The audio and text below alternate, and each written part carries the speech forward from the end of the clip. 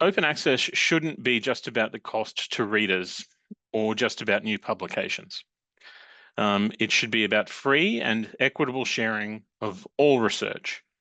We know that gold open access moves publication costs from readers to authors, but it doesn't eliminate these costs. Green open access is one way of reducing costs to authors as well as to readers. Rather than paying for the typeset, we know this, rather than paying for the typeset version of a publication to be made freely available, green open access involves making an earlier version freely available in an online repository. All Australian universities maintain such repositories. Most major publishers have self-archiving policies. It isn't perfect. It perpetuates the commercial publishing system. It isn't perfect, but it's free.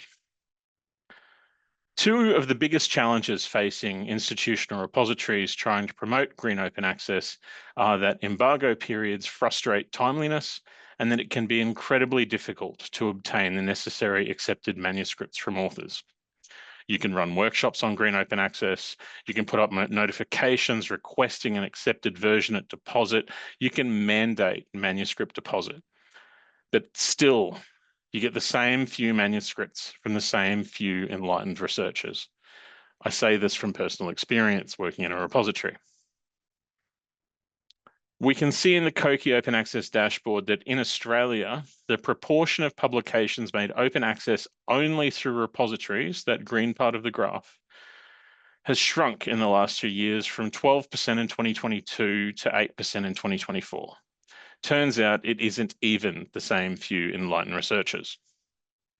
Let me linger on this slide for a second longer though. Look at the breakdown section at the top provided by COKI.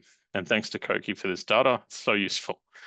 64% of 2024 publications are open access, but the total proportion of publications that are open access is only 44%.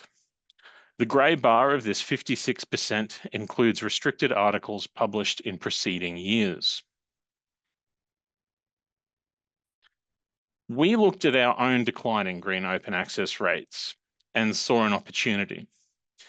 In addition to our existing efforts to obtain manuscripts at the time of deposit, we decided to develop a plan to efficiently target our entire repository all at once on an annual cycle.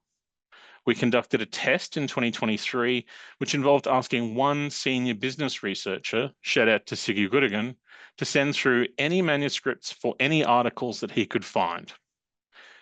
We got 26 articles in one hit from one researcher. So here's our workflow model that we subsequently developed. Quite simple, really, but it capitalizes on the inherent competitiveness of academics. They will compete with each other over flies crawling up a wall. Working closely with our associate deans of research and other research leaders, we promoted an inaugural Bring Out Your Dead competition in 2024. Researchers were invited to participate by emailing us to express their interest. A repository staff member, me in this instance, then created a bibliography of eligible articles and book chapters for that particular researcher, stopping at around 15 records if there were far more than that.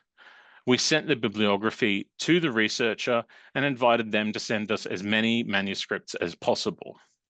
To incentivize it, we had a winner declared from each college based on who converted the most records to open access.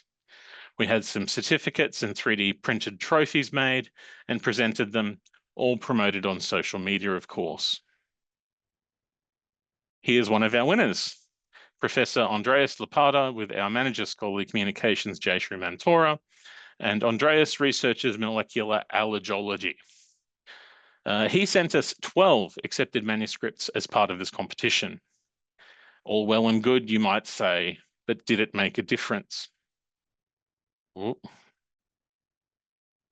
Well, in 2021, we received a record high number of 139 accepted manuscript deposits to our repository. Since then, as I said earlier, rates of green open access have slowed until last year. In 2024, we received 64 accepted manuscripts at deposit. That's using our pre-existing methods. That was the lowest rate we've seen in this 5-year period.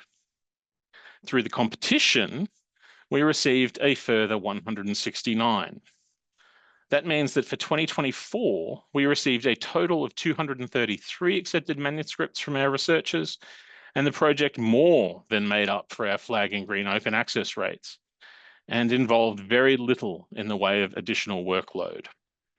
We're running the competition again this year, and we'd love to help anyone else interested in running something similar.